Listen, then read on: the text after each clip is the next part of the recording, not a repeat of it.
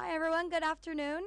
Thank you for making it here today at the Extreme Hangout venue at COP27. We have a wonderful panel in collaboration with One Young World ambassadors and former president of Colombia. So, with no further ado, I'm going to introduce From Politics to the Private Sector Building Bridges in the Fight Against Climate Change with Shuruk Abuzaruk, Abdelraham Fani, Mavis Mainu, Oliver Risch, and former president of Colombia, Ivan Duque. Please give them a warm welcome. Thank you so much, Carmen. And it's a great honor for me to be here in this extreme hangout. Definitely, I also have to say that this is the most beautiful and maybe the coolest venue in COP27. So this represents that youth is here, is present, and there is a real open space to have debates and analysis and so on and so forth. I am very honored to be here with such an amazing group of leaders, young leaders, that have done so much at their young age. So Mavis, thank you so much. It's great to be here with you. You come from Ghana and you have done tremendous activism and made change connecting education with equality, but you're also using that platform to generate climate action by the youth in your country. So it's a great honor, and it's great to see all that you're doing also in Africa. I want to welcome Oliver. Oliver, it's great to see you. You come from London. You live here now in Egypt, and you come from the legal world. So that makes me happy because I'm not the only lawyer here in this panel. So I have to say that it's great to be with a young lawyer who has devoted so much energy connecting legal studies and legal thoughts to the needs of humanity, and also thinking about climate action. And I'm going to today pick your brains on many issues. One of them, we're going to talk about climate refugees and climate migration, which is going to be a big issue in the decades to come. So it's great to be here with you. Sharouk, thank you to see you, and you come from Jordan. I know you have done a lot of activism, and you have been a trigger of volunteering on many issues. And now you have all these thoughts also on how to mobilize youth for climate action. So we're going to talk about that as well. And Fami, I should say Fami, I asked you many times how should I pronounce your name, so it was so long, and you say, just keep it simple. Call me Fami. Fami, you're an entrepreneur. You said something that I admired, and is your perseverance connecting with the One Young World, because you had applied many years to get to this program, and you're here. And I have to say that it's really impactful what you do as an entrepreneur. And I like your vision that you have expressed on how entrepreneurship can be an instrument for the sake of climate action. So, ladies and gentlemen, with such a great panel, let me begin. And let me start with you, Mavis. So, tell me a little bit about your idea of connecting the dots between education, science, climate action, but talking about inclusion, combining those three dots. And if I may add to the question, how do you think those three dots connected are going to make an impact in your country, in Africa, and in the rest of the world when it comes to climate action? Thank you very much for the question. And first and foremost, I want to give a great shout out to Extreme Hangout and all of the partners for providing this amazing space for young people to engage in this very important conversation.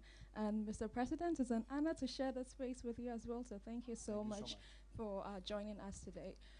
So on climate science, education, inclusivity, and how all of these come together. First on climate science. So I work with the Climate Science Research Institute, Climate Analytics. And what we do is that we perform a lot of assessments on 1.5 pathway assessment. How are we doing? How are countries' actions and policies aligned with the Paris Agreement goal, which is 1.5. And this is really important because we need to put the science and the fact out there, and we need to know where we are heading. And without the science, we do not get this. So this is the importance of the science. Now, once we have that fact and the information, how do we send that information down? Then that is through education. So what we are doing, or what I'm doing in Ghana with education, is educating all of these young people about climate change so they understand what is happening to our world, that is not just a coincidence, it's actually something that is happening. It's actually climate change that is happening. And with this knowledge and with this information, they are then be able to engage in action. So they are able to contribute to the solutions that we need to solve the crisis that we are currently experiencing. And inclusivity also comes from there. Once they have this knowledge, they have this information, and they're empowered, this is how they are able to engage, and they're able to be engaged in the policy making processes and also be ambassadors for change in the climate change conversation that is happening. So this is how all of these thoughts connect together to make sure that as young people we are empowered, and we have the facts and the science, and we have the knowledge that we need to push governments and business leaders to act on the crisis that is happening. And just to add that recently I've been really not having a lot of good sleep, because I wake up and there's always like one disaster happening here and there, and we know that all of these things are not happening in vacuum. There's a climate change that is happening, and I worry about my future as a young person, and not just my future, also for the younger people who are my kids. For example, I don't have kids yet, but I also worry about what their future will look like. So I think this is why for me it's so important that we include young people in this conversation and bring in the facts and the science and the education and the inclusion of young people together to make sure that we are driving the change that is needed. Thank you. Well, that was a tremendous answer, and congratulations, Mavis. So, Oliver, when we talk about the legal world, I'm also a lawyer by training, and when you're a young lawyer, like you always get this question: "Are you a lawyer?" And like and people like always have this dual sentiment that they want you close, but they don't want you that close, right? I'm just teasing. I've suffered it in the past. But you said something that is very important. Regulation matters for climate action, and you are 33. You're a brilliant lawyer who has taken sometimes steps of having your own personal retreats and your own sabbaticals, and think about what can the legal world do to address climate change, but also how to empower youngsters to think about legal solutions that are quite needed. So I'm going to put you two questions together. One that I know you would love to speak, which is, how do you think the world can react in a rule of law system, in a fraternal way, to what is going to be the triggering of climate migration in the years to come? But the second one is also, do you think there has to be more regulation or less regulation when the world designs market-driven, nature-based solutions that can connect the dots of communities and the private sector and the need to reduce emissions? So I'll leave you with. Oh, I have the choice. I have the choice. Thank you so. Is this on? Thank you so much. I think I'll try this one. Much better. Well, thank you, first of all, One Young World, for hosting me here. It's a pleasure and an honor to be speaking here with you, Mr. President. Thank you very much for having me. And yes, first of all, I get this question and this reaction a lot. Are you a lawyer? And if so, what do you do? And based on that, people decide whether to engage with me further or not. I think it's very important that we use COP not just from a political sphere, but a legal sphere, because at the end of the day, rule of law is what anchors our agreements. It is the very backbone of our agreements. It's very important that we start thinking about, you touched upon it, climate migration. The NGO that I'm representing here is Carré Géo et Environnement, which is a French-Kenyan NGO that focuses on climate change, but also migration, with a particular focus on climate migration.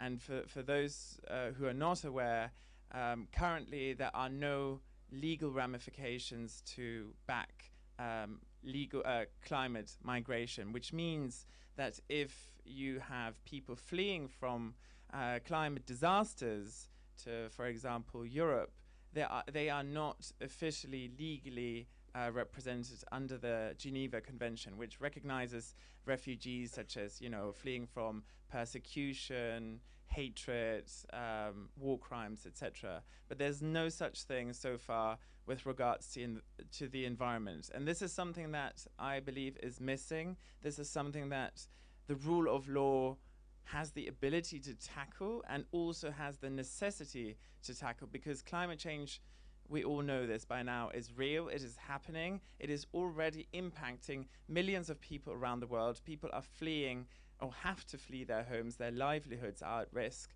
and they do not have the legal ramifications to provide them with potentially a new home.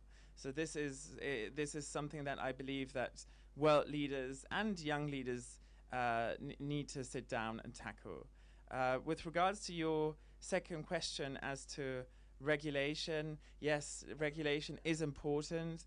At the end of the day, we are experiencing climate change on a daily basis, and without a proper, a thorough rule of law, we are not going to be able to halt it.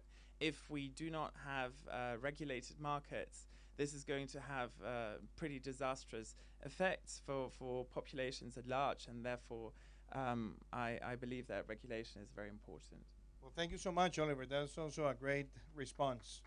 Congratulations. Shahrukh.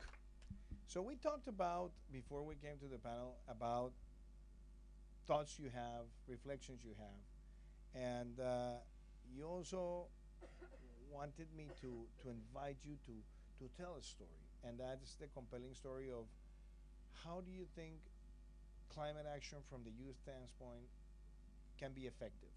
And the reason why I ask this is because, yes, we come to the COPs. It's a great venue to discuss about the future of the planet, but we don't see major agreements among the superpowers that have triggered the climate crisis we face. So how not to lose faith, trust, and enthusiasm about the youth compromise, even though the superpowers are not taking it as seriously as we expect they do. And we can clearly say, because maybe they didn't come here to Sharm el-Sheikh with big announcements or big solutions. But what also I loved about meeting you and meeting you all is that you still have that drive, that passion, and you say, well, it doesn't matter if they don't get to an agreement yet, we will continue to put pressure, we will continue to raise our voice. So tell us about that idea, and also in the way that you locally in Jordan have also, through the organizations that you participate, be able to keep on mobilizing youth for climate action. Thank you so much for this question, and thank you for this space to allow us to have this type of conversations. I work currently with Mercy Corps, which is a global organization, and in Jordan we are working on building climate resilience at community level. So youth play a very important role in that, because as youth we are all feeling like we need to protect our future. We need to work to put pressure on the decision makers now to act promptly to address climate change.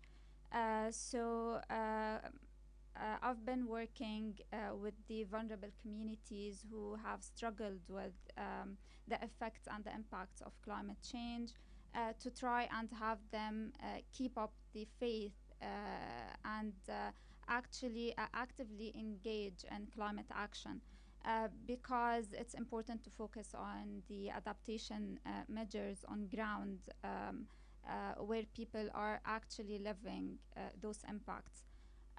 So this is one of the things that keeps me motivated each day, just to work more on pushing for all countries and all actors, not just countries, private sector, NGOs, governments, to fulfill the commitments that are already there.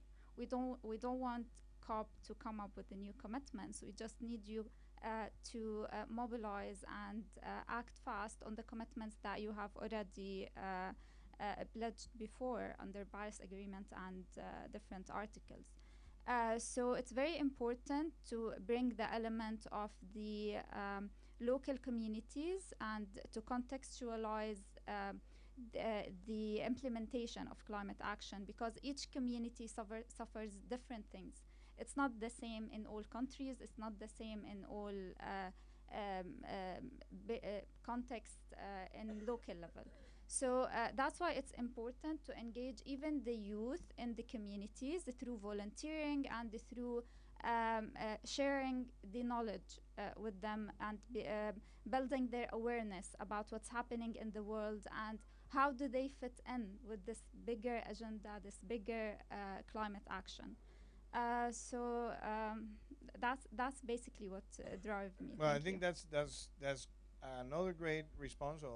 Also, I ask for a big round of applause here, and brings me to Fami, because Fami is the businessman here in this group, and you're an entrepreneur, but you also have a social drive, and I tasted that when we had the conversation, when we talked previously, but I also saw in the way that you wanted to connect the dots with your mates here in this panel.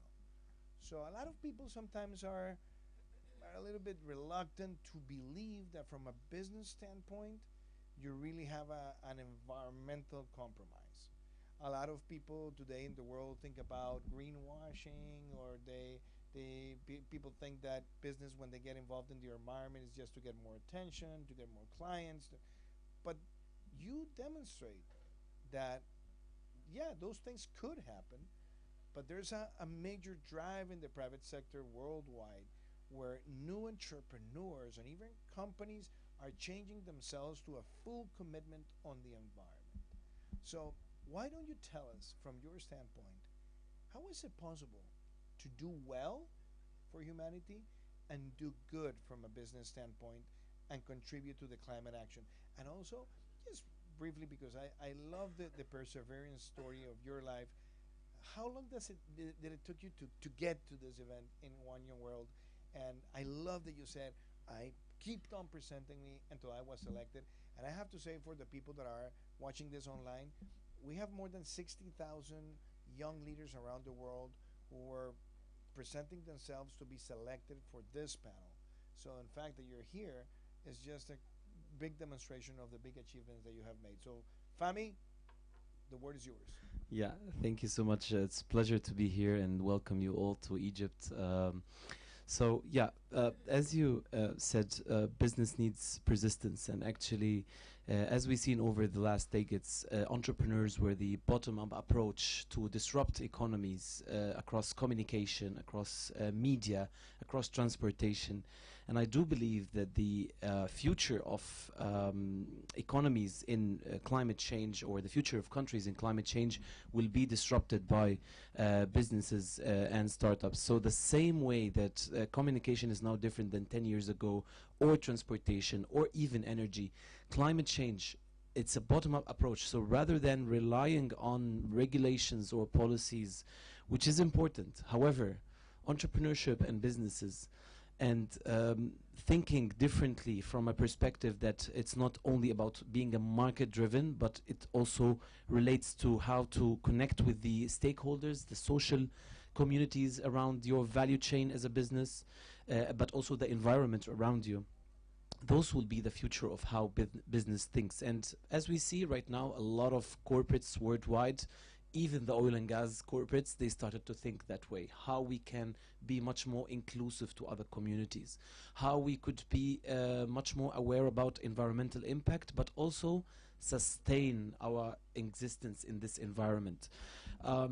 Businesses, we have seen, for example, the mitigation actions like the renewable energy or the transportation, they have received a lot of investments like Tesla or whatever. However, also something that I want to highlight is the adaptation technology and the resilience technology. Adaptation is not an investable case on its own.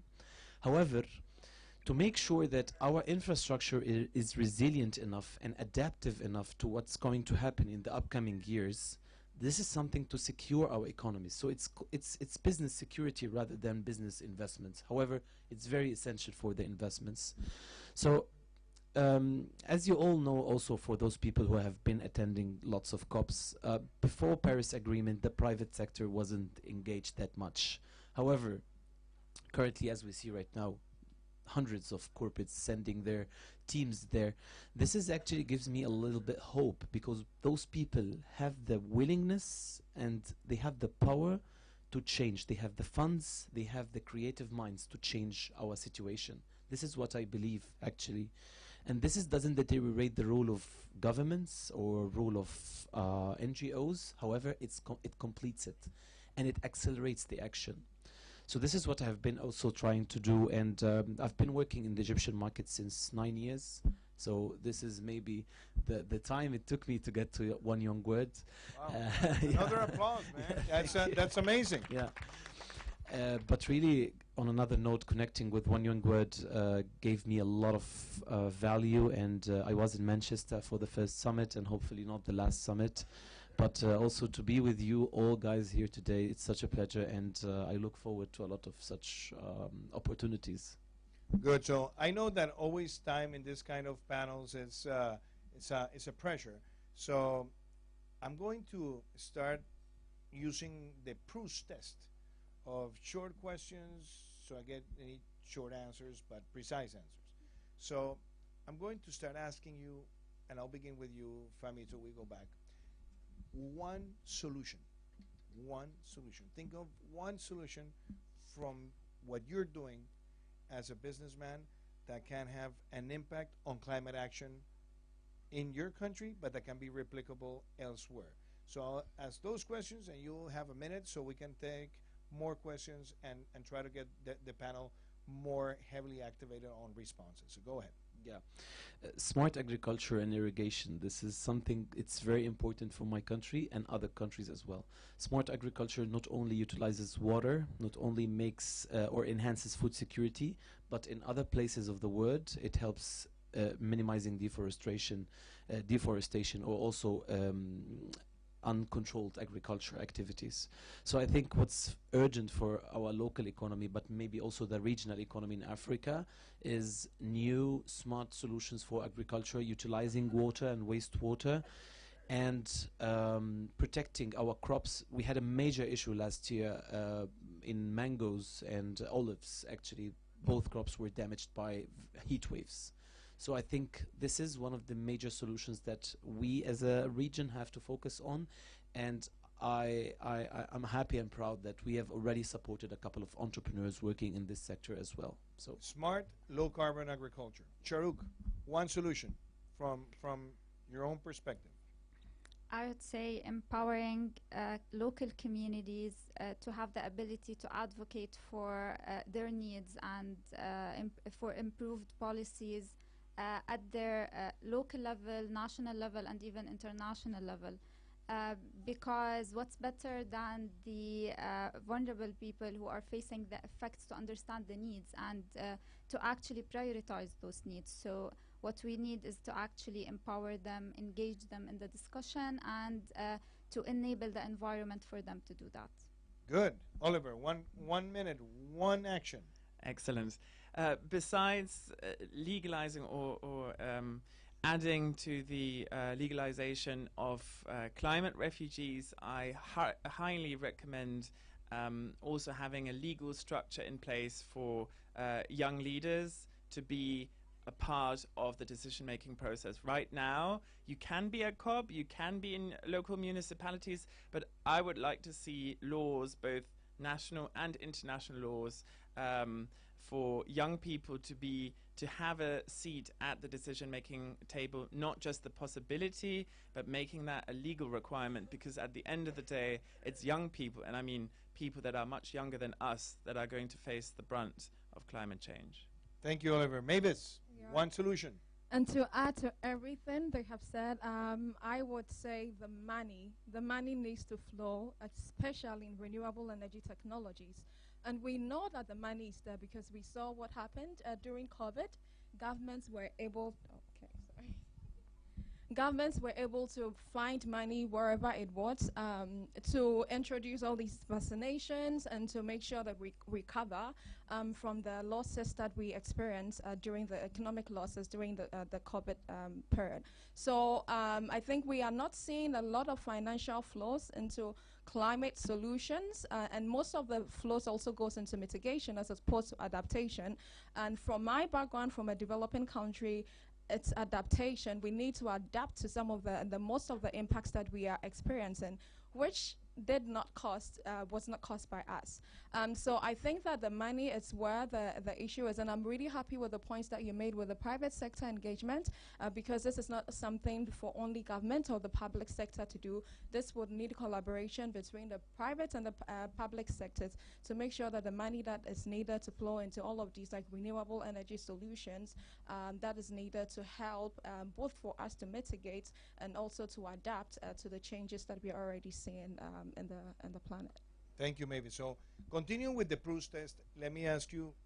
I'm going to get more personal here. So, we all preach about doing something for the planet, for the climate action. But I want to ask you, what is it that you do on a personal scale, in the way you consume, in the way you act, in the way you work, that you think is a good counsel for the rest of the young leaders around the world, for the rest of society? So I'll begin with you, Sharuk. Is it the bulbs you use at home? Is it the cars? Is it the bikes? What is it that you do in your personal life that gives you congruence on the campaign that you're leading to get climate action from the youth? Well, I have an electric car, if that counts. So, yes, this is one of the major shifts in my life when I became more activist in the climate change world. I changed my car to electric, and I'm more aware of how we are around the house utilizing energy. Because this is something that should be done at each household level, and it's our own responsibility to do it. So being aware about the consumption on an individual level does make a difference eventually. Fami, one thing that you do in your daily life that is congruent with what you're doing on climate action? An electric car, unfortunately. But that's a good idea, right? It's a good idea, right? Yeah, it's really a good idea. Yeah. They're a little bit more expensive here, but the one thing that I really take care about, because also I'm coming from a circular economy background, is the consumption and the way I segregate my waste. So I pay very good attention to the usage of plastic bottles, whether multi-usage or single use, and I also encourage the circles behind me, whether my colleagues or family, to pay a lot of attention to our consumption rates. This is something that I do, and also the segregation. So we don't need, as a local community here, to segregate like, for example, Germany do, but at least segregate organic and non-organic. This will make life easier for the waste collectors, and also will decrease a lot of contamination and value. So this is something that I do, but hopefully I'm planning to have an electric vehicle. I see EVs and reduce, recycle. Yeah. So Mavis, one thing that you do on your personal life that gives congruence to what you're preaching in climate action? Yeah. So a lot of my friends know me that when you're having parties and I'm attending, you're not having anything plastic. So the cups that we're using for the party, the spoons, the fork, no plastic. And they really know me for that. So I think if I can pinpoint one thing that I really do is I'm really conscious about my plastic consumption. And when I'm buying products from the shop, when I'm shopping, even the bags that I use to shop, I make sure that they are not plastic, and I'm using the same, I'm reusing items. So that's one. I know you mentioned plastic, so I just want to add an extra one. The second thing is that I try as much as possible not to fly. So, and I think I'm just a bit fortunate to be living in Europe, where it's possible to use trains. And I know this is not an opportunity that a lot of other specifically developing countries have, but as much as possible, I try not to fly. Unfortunately, I had to fly to Egypt because there were no other options. But when it is possible that I can go with train, I do that. Good. Oliver, one thing, Yes, and you cannot repeat what they have said. I can't. So it's getting Well, tougher for you. I can just So we say. said EVs, recycle, and we also not using plastic in our events. Well, first of all, I can say I don't have a car, so that's already a step up from the electric car. Yeah, I just have a bike, but that's because I live in a small beach town called Dahab, where really having a bike is all you need. But I think otherwise a very small change that I've implemented since last year is really reduce my red meat consumption. And this is something that we all can do because, you know, it takes so much water to produce a kilogram of meat. And I'm not a vegetarian, not vegan by any means, but, you know, when people come to me and they say, oh, well, do we have to go from 0 to 100, you know, when it comes to changing our lifestyles? I always say, no, you can make a change through very small changes in your daily life. And for me, that's reducing my meat consumption. Good. So these are very important for habits: EVs, recycling, no plastic consumption in events and gatherings, and also reducing red meat consumption. So I'm getting some looks that we're running ahead of time, but I'm going to do a political question, I'm going to do a personal question, and I'm going to try to do very fast a call to action on a very important issue for the world on climate action. So I want you to be as precise as you can be. This is very, it can sound political, but I want to put it because you're young leaders and you expect a lot from world leaders. So if you had President Biden and President Xi Jinping sitting here, and there were one thing that you could ask them to do, one thing, what would that one thing be? And I'll start with you, Oliver. Provide more finances to climate change and take action now, because the money is there, but you do not prioritize it enough. You care more about the economy, the private sector, but you do not care enough about the environment. If you did, then we would see a lot more financial assets flowing into the right direction. Fami, one thing. Collaborate and cooperate the same way you did to get the word out of COVID, to get the word out of the climate crisis. If those two countries cooperated together, they can lead the word and lead the other countries to get it out of the climate crisis. That's it. Mavis. Mine is simple. Set fossil fuels face our targets. We do not need fossil fuels, and we know that is the cause of the biggest emissions and the reason why the world is heading where we are heading. So I would just, as simple as possible, courageous enough and set up fossil fuel targets for your countries. Sharouk. Well, I would say that we have an abundance of international policies and strategies. What we actually need is tangible actions on ground, especially in developing countries where climate crisis is hitting the most.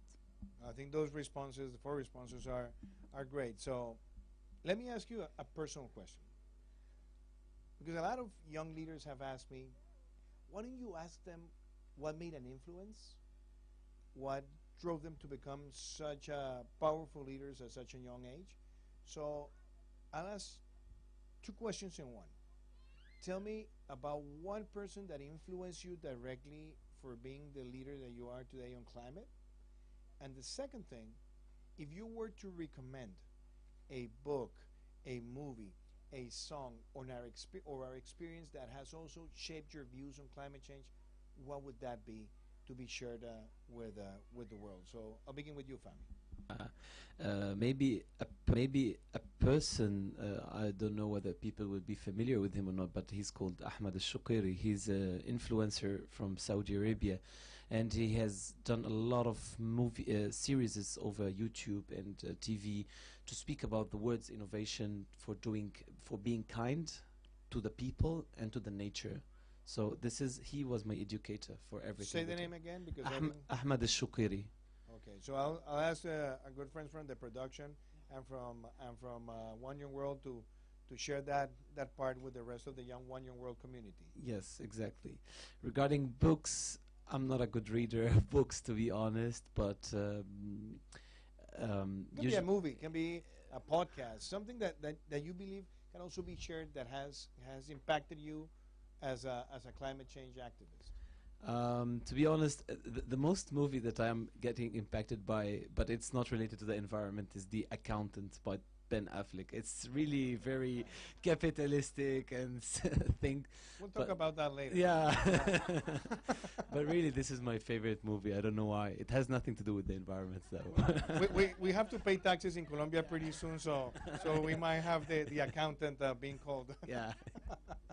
Shahrukh, one person that has influenced you and one recommendation that you want to share, a book, a movie, a song that has also impacted you in your reflections on climate.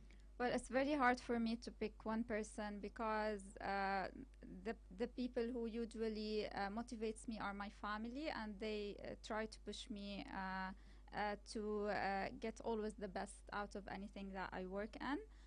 So what influenced me to stay in the climate change activism in the world and in my country is that I kind of I like to be close to people, and I like to be close to the local community, and this is what motivates me. About movies and books, I don't actually read a lot. I'm more of I like the technical part of the thing. I like to read a lot about the science behind everything. So just a general thing I could say here is that for people to follow what they are passionate about, not what others make them think they love or like. Good. Oliver, one Ye- person, one recommendation. Yeah, you took the words right out of my mouth, Shrouk. Actually, it's my parents, as cheesy as it may be, but both my father and my mother have. I'm a parent, and I don't want to be called cheesy any moment in time. Huh? Well, I guess it's just the thing that probably a lot of young people might think about, but for me, I've always looked up to my parents so much, and that doesn't just go with regards to, now my activism with regards to environmental issues, but my father is a geologist, and he spent most of his life in sub-Saharan Africa, and my mother is a German and French teacher in Cairo, and she's been based there for the last 14 years. And so they've instilled a lot of the global values, actually, not just, what does it mean to take care of our planet, but what does it mean to be a part of humanity, because they've allowed me to travel, they've allowed me to get in touch with people from around the world, and without their experiences and, of course, their educational values, I definitely wouldn't be sitting here. When it comes to, what inspired me, I would actually say it was a fellowship that I recently undertook at the beginning of this year called GPOTS, which stands for Global Diplomacy, Policy and Sustainability Fellowship. It's a new fellowship that was created by now two very well-known environmental and social scientists in India, and that brings together young people from around the world for an online fellowship of 3 to 4 months, focusing on the areas that I've just mentioned, bringing together as well experts in the field. So we were able to speak to people from the sustainability sector, from the diplomacy sector, as well as the political sector. And we realized, I saw firsthand how all of these sectors were combined and how they interconnect, because we can no longer just differentiate between the environment and diplomacy and sustainability, etc. These are all part of the same value chain. Good. Mavis. So someone who inspires me, I think I'm really privileged to work with one of the best climate scientists, Bill Hare, that I work with every single day. And he's been one of the veterans of COP. For example, he's attended every single COP from COP 1 to COP 27, and he's a fearless fighter for climate solutions. And so I'm really privileged to work with him every day. That is where I get my daily inspiration from. Regarding a book, I think I'll suggest a documentary that I watch on Netflix, Don't Look Up. I don't know if anybody else has watched that. Why? What do you take out of it? Because I heard a lot of people talking about that. I think it gives us some view into the future, like how it's going to look like if we don't act. What is going to happen, and it shows how the powerful people, like politicians, business leaders who have the money, think they can escape. But actually, nobody can escape the crisis, because you can go to another planet and then you die there because you think there's another planet B. And I think it gives that perspective, and it helps you to understand that this is something that we need to act on, because there's nowhere else for anyone to go. Even if you're the president of the United States or you are Jeff Bezos, where you have all of the money. So that's why I like that documentary. So I really recommend for everyone to watch. Good. So since we're running, basically this can be the last question, and I'm enjoying this role as the panelist anchor with such an amazing group. I'm going to talk about one thing that is doing a lot of damage to the world climate. The second largest trigger of emissions in the world is deforestation. If deforestation were a country, it will be the third largest country in emissions, and it represents today 20% of all emissions in the world. And even if the world decided to shut down all the fossil fuel consumption capacity today, we'll still be lagging to meet the target towards 2030 and towards 2050. That means we have to do a lot on deforestation. So I want you to think, how can you, through the One Young World community, trigger a more dynamic action from the youth around the world to raise the attention on facing deforestation, as maybe vis-a-vis with fossil fuels, the two main causes of greenhouse gases emissions in the world. So in this, I'm going to allow, who wants to go first? Sharuk, there you go. And I'll go. I would say that through One Young World, we can definitely reach out to all the young people around the world and raise this issue, starting from building awareness around it, starting from giving the youth access so they can actually understand the how large is this issue is, and how big it is, and how it's affecting the world. And from there we start building this knowledge, starting for each young people to take ownership, like, yes, I need to build awareness around it, I need to get decision makers to act around this issue.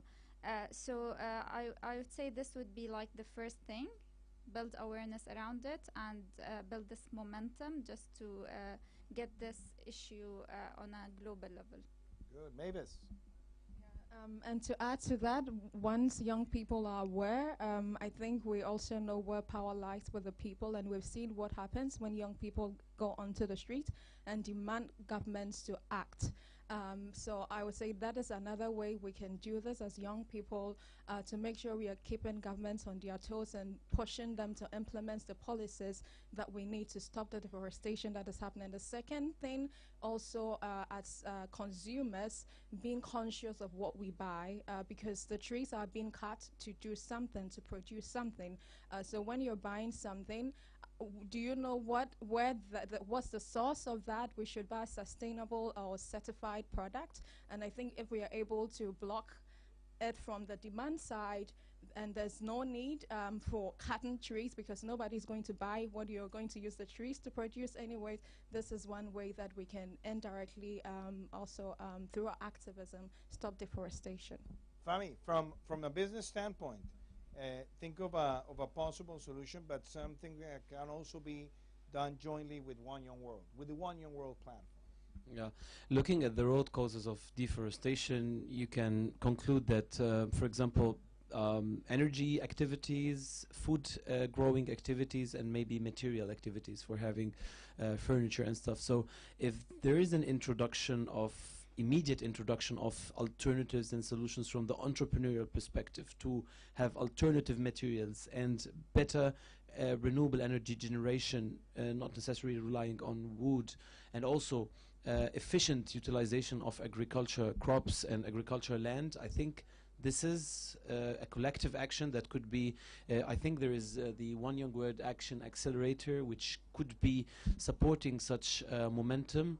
And I think solving this from a disruptive point of view can contribute effectively to the reduction of deforestation rates and hopefully at a certain day reaching zero. Oliver, so I think we've heard a lot. What kind of action? But also, I want to get your idea whether the carbon markets are very important, useful tools, also to contribute to fight, for example, deforestation in Africa. This week we launched the Africa Carbon Market Initiative, and there's a lot of conservation that needs to get done and get resources for the communities. So since you're the lawyer, I can put a little bit more of a legal umbrella in the question to you. Sure. I first of all, just in addition to what my friends have said, I think it's very important also to check our supply chains. I think it's very important that One Young World as an organization also reflects on their business partners, where they source, all the materials that they need, what venues they use, etc. Because very often, even if an organization has very honorable and lofty goals, it's further down the supply chain when we realize that there are a lot of amendments that need to be made. And well, when it comes to the law, I actually my suggestion was more to see One Young World stepping up as a forum for young people to demand action from their local MPs, because I actually think this is the most important message, that young people can be change makers in their communities if they put the right pressure on people. I actually believe we are a lot stronger when we act together as one team rather than as lots of separate teams. So I would love to see One Young World stepping up and bringing all of us, this incredible network of thousands of young people by now, together and have an impact on both local and international politicians that they can no longer ignore, because very often, sadly, I see young people being ignored at the world stage. Well, those are brilliant responses, and since we ran out of time, I want to wrap up by saying a couple of things. First of all, I want to express my gratitude to David and Carmen that have organized this gathering. Thank you so much. From a distance, I want to express my gratitude to Kate, and I know how she has been the driver also of One Young World, and I have to say that I'm here not as a former president, but maybe as the husband of one of the One Young World ambassadors, because my wife, Maria Juliana, was a very active participant in the Manchester meeting, and she was a force behind all our youth strategy in Colombia. And we talked a lot about youth empowerment, and I'm so happy to see so many Colombian representatives today here at the COP, and I feel proud about you, and I think we all do. And I have to say that it has been enlightening for me to chair this panel with you. I've enjoyed so much the conversation that we had previously and also this conversation. And you might say I switched some of the questions, but because I didn't want to ask them twice. I just wanted to get your thoughts, your heart, your vision, your minds on how can you continue influencing people. Mavis, thank you for what you're doing, and thank you for your great devotion also to connect science and social action. And I want to also thank you, Oliver, because I know you're starting a new life and you have a lot of expectations, but I think your background and what you have done is also important, and we want to see you participating actively in how do we protect the climate migrants. When I was president, I had the possibility to work with migrants coming from Venezuela, and there were more than 1.8 million Venezuelans that came to Colombia. There are more than 6 million Venezuelans deployed all over the world, but people don't imagine what climate migration is going to look like in the upcoming years, and we have to start thinking on solutions. Otherwise, we don't want to see xenophobia, we don't want to see indifference, we don't want to see a negative reaction. We have to be inclusive. So thank you for having that purpose in your mind. Shahrukh, thank you so much, and I really want to be able at some point to also see closely the work that you're doing in Jordan, and I look forward for that. And the passion that you have for your country and your people, and how you want to engage them in climate action. really demonstrates your conviction. And Fami, you're a perseverant young entrepreneur who has that climate vision. We want to see more businesses in the world that, since the beginning, they have that mantra. And I think you have shown the case not only of how you persevered to get here, but how the solutions that you're thinking can be market-driven, nature-based solutions, which are two concepts that have to be in the table. So saying that, ladies and gentlemen, it has been a privilege and an honor. I just invite you to give a big round of applause to this incredible group of young leaders. Thank you so much.